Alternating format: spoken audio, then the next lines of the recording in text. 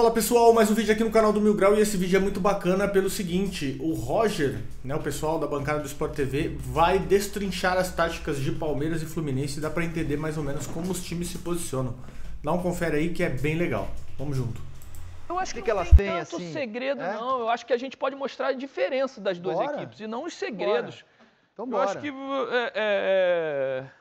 Se você A gente mostrar o pode- segredo, também não é mais segredo. a gente pode mostrar um pouco de vulnerabilidade do Fluminense, né? Porque o Fluminense perde mais do que o Palmeiras.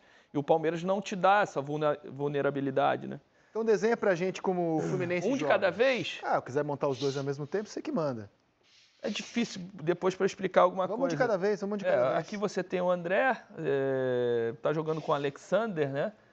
Por aqui o Ganso um pouco mais livre, o Marcelo e o Samuel Xavier. Tô falando o mais tradicional, né? Porque aí você tem Arias, Cano e Keno. No segundo tempo contra o River, acho que ainda no primeiro o Keno saiu, entrou o Lima, né? Foi no primeiro ou no segundo tempo. Ah, time base, né? Mas esse é o time base. 4-3-3? Um 4-3-3 mentiroso, né? Porque, na verdade, o que o Diniz ele expõe muito esses dois zagueiros? Porque ele gosta de trazer praticamente todo mundo para cá. Aí ele traz Samuel Xavier aqui por dentro, ele deixa o Arias aqui. Aí, o que acontecia? E ele abre o Keno lá do outro lado. E dificilmente o Cano participa dessa chacrinha aqui ou dessa comunidade. Porque ele tem que estar aqui para a chegada dessa bola. A bola começa... E o Keno também para chegar e fazer isso aqui. Do restante, ele traz todo mundo para cá. Samuel Xavier entra, o André dá suporte, o Ganso vem por aqui, o Alexander vem para cá e o Marcelo vem para cá para também Você acha que o Fluminense é um time que pende pra direita, então? É isso? Eu acho que ele tem mais facilidade de jogar pela direita. Muito mais facilidade de jogar pela direita, por causa desses dois caras aqui, ó. Desses dois caras aqui. Arias e Samuel Xavier. Samuel Xavier entendeu muito bem essa penetração por aqui, ó. Muito bem. O segundo gol, né? Toda hora ele faz Contra o isso. River, Toda hora assim. ele faz isso. Aí ele traz Ganso para cá, e o Ganso também gosta de vir para cá, e ele tem ele que é daqui para a penetração aqui do Samuel Xavier. A bola vem aqui no Ganso, ele enfia para cá e entra o Xavier por aqui, Cano por aqui. O que ele fazia antigamente quando ele não tinha Marcelo? Quando ele tinha Caio Paulista para cá? Ele tinha, se eu não me engano, era Luiz Henrique que jogava Luiz aqui. Henrique. O Luiz Henrique vinha para cá e quem espetava lá era o Caio Paulista. Porque o Caio não tinha essa condição que tem o Marcelo ou o Alexander, que quando o Marcelo não joga, joga lá e joga o Martinelli por dentro, ou o Lima, ou o Pirani, esses outros jogadores, que são jogadores mais de meia. Quem fazia essa função aqui era o Caio Paulista e ele trazia por dentro o Luiz Henrique, ou o Matheus Martins também, que jogou, foi vendido agora para o futebol Agora, italiano. você acha que quem enfrentar o Fluminense deve se organizar para povoar mais, então, o lado esquerdo da defesa, para parar o lado direito do ataque do Fluminense? Ele tem que ter um pouquinho mais de cuidado por esse lado. E o grande problema dos adversários do Fluminense é o quê? Agora eu vou posicionar o Palmeiras só para, não como sendo Palmeiras, como se fosse um adversário qualquer. Um adversário, tá? Vamos fazer a linha de 4 também. Antes só dele posicionar... Antes só dele posicionar o Palmeiras, só uma ressalva aqui, que eu acredito que o Fluminense está se dando muito bem, né? O Fluminense, quando pega time rápido, o Fluminense sofre bastante, né? Você pega o 4-2, que tudo bem que foi time reserva, né? Tem todas essas questões, mas o Fluminense gosta de ficar com a bola, isso é um fato. E goleou o Flamengo também, meteu aquele 4-0 no Flamengo, mas por quê? O Flamengo não é um time rápido. Então, o Fluminense conseguiu anular o Flamengo naquela marcação direta, mas num possível Fluminense e Palmeiras, o Palmeiras é um time rápido, cara. O Palmeiras é um time de transição igual o Fortaleza. Então, é um confronto totalmente diferente. Vamos ver como o Roger vai colocar o Palmeiras aí, mas o Palmeiras é um time muito rápido, um time que usa muito a ponta. Você acha, se o Fluminense deixar esse buracão na ponta aí, igual veio jogar com o River, que o Abel vai explorar isso aí, meu amigo? 2 volantes, 1 meia e 3 na frente, tá? Como o Palmeiras joga. Sim, como o Palmeiras joga. E o Everton aqui. O Everton aqui. Quando o Fluminense traz todo mundo para cá, né?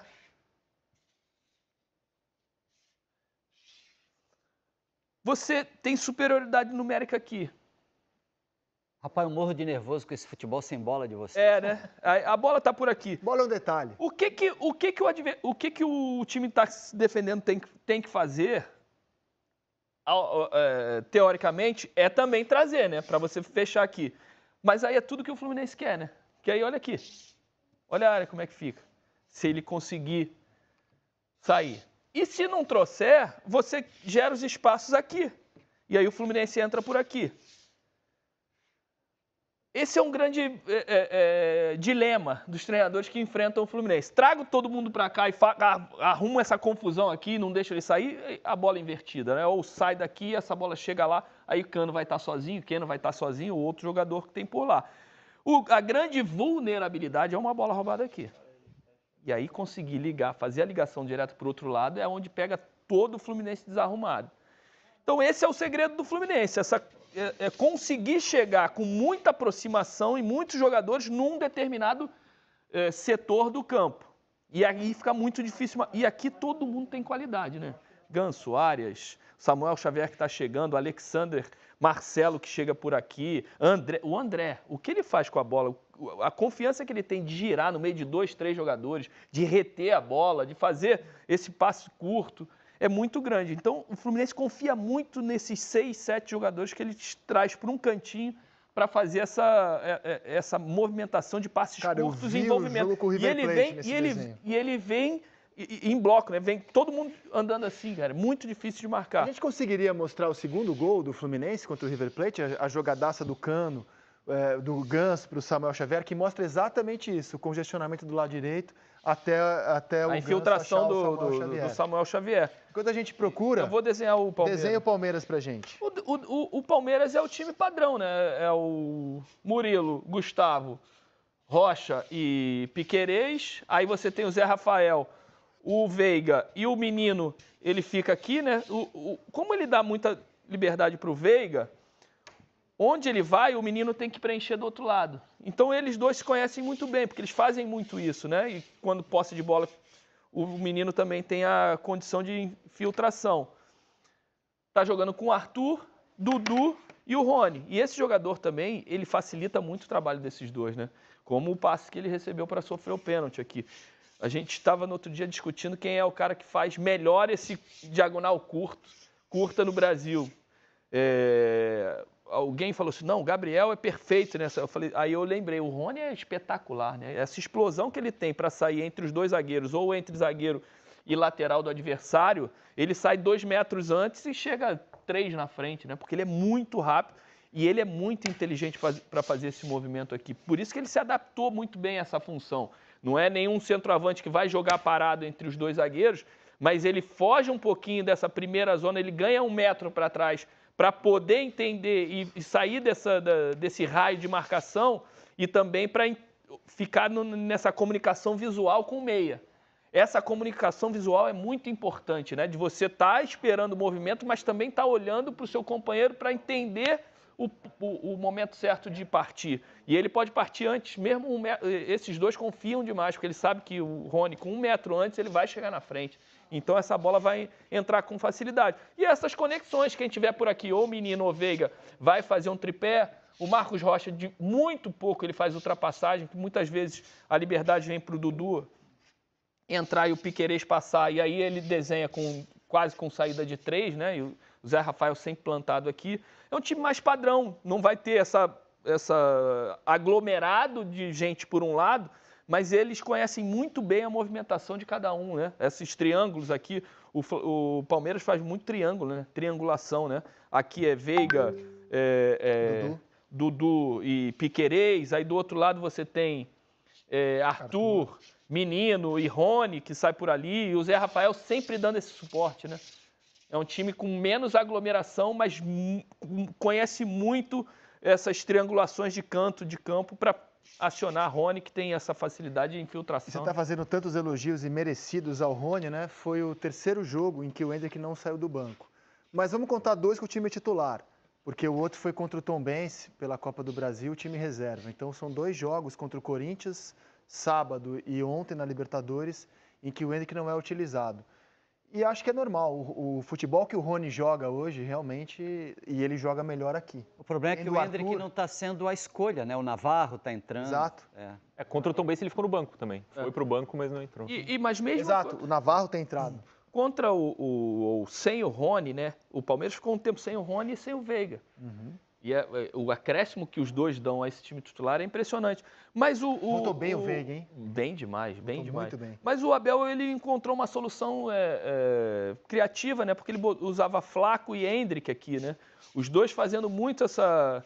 Ele tirou... E aí, ele quase que plantou Zé e Menino, até porque desses dois jogadores você tem um pouquinho menos de recomposição. Aí, quando o Palmeiras tinha a bola, o Menino encostava um pouquinho mais, mas esses dois... O que acontece quando você tem dois, Flaco e Endrick? Os dois conseguem vir aqui também trabalhar e você confunde a marcação dos zagueiros. Porque o zagueiro, quem volta aqui, o que acontece? O zagueiro ou sai na caça para tirar o espaço entre linhas, né, para esse cara não receber e vir de frente, mas se eu saio aqui para fazer essa marcação em cima, eu dou esse espaço nas costas para o outro fazer a diagonal e a bola entrar por aqui. Então é difícil essa dúvida gerada por dois atacantes, que um dos dois consegue fazer esses movimentos aqui, é sempre muito importante para você entrar numa linha que os dois zagueiros estejam aqui. Saio e bloqueio essa primeira bola, mas dou o espaço da diagonal do outro, ou planto essa diagonal, eu não vou dar para ele, mas esse que recebe a bola vem de frente, com a bola dominada. E aí tem entrada em diagonal de tudo quanto é lado, né? É sempre a dúvida gerada no adversário. O Abel é muito criativo nesse elenco que ele tem, né? Porque ele já perdeu os dois, Rony e Veiga, depois Scarpa, e ele vai, Danilo, e ele vai, dentro do que ele tem no elenco, ele vai criando alternativas, e alternativas sempre interessantes. Por isso que tá fazendo tanto sucesso, né? Já há bastante tempo, né? Sensacional a análise do Roger. Sensacional a análise do Roger, não tem o que falar, né, cara? Mas assim, tenho que falar na real um pouquinho, porque fica assim, o Fluminense acaba sendo o time da bola e o Palmeiras aquele time que sabe sofrer. O Palmeiras também joga, tá?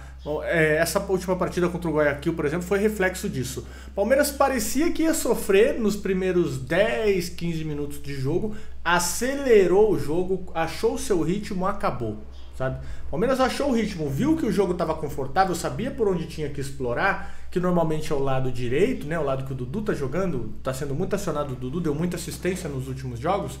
Então, o Palmeiras conseguiu acelerar, encontrou o ritmo dele, é muito difícil de cair a cadência, né? E o Palmeiras é um time que sabe sofrer, né, cara? O Palmeiras, inclusive, poderia ter feito mais no Guayaquil, mas referente ao Fluminense, qual que são as duas coisas? O Fluminense é o time da bola. O Fluminense é o time que quer ficar com a bola, o Palmeiras não se importa em não ter a bola.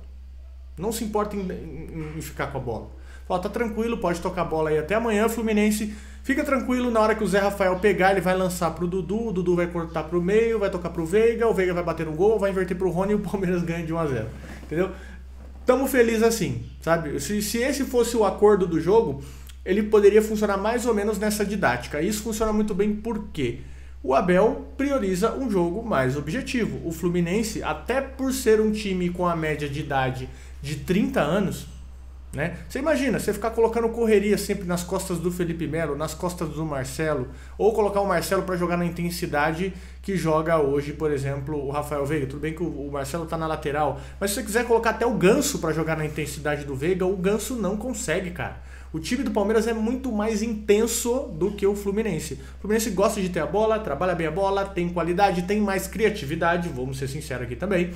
Mas o Palmeiras é um time mais intenso, mais concentrado, que se conhece bem melhor que o do Fluminense.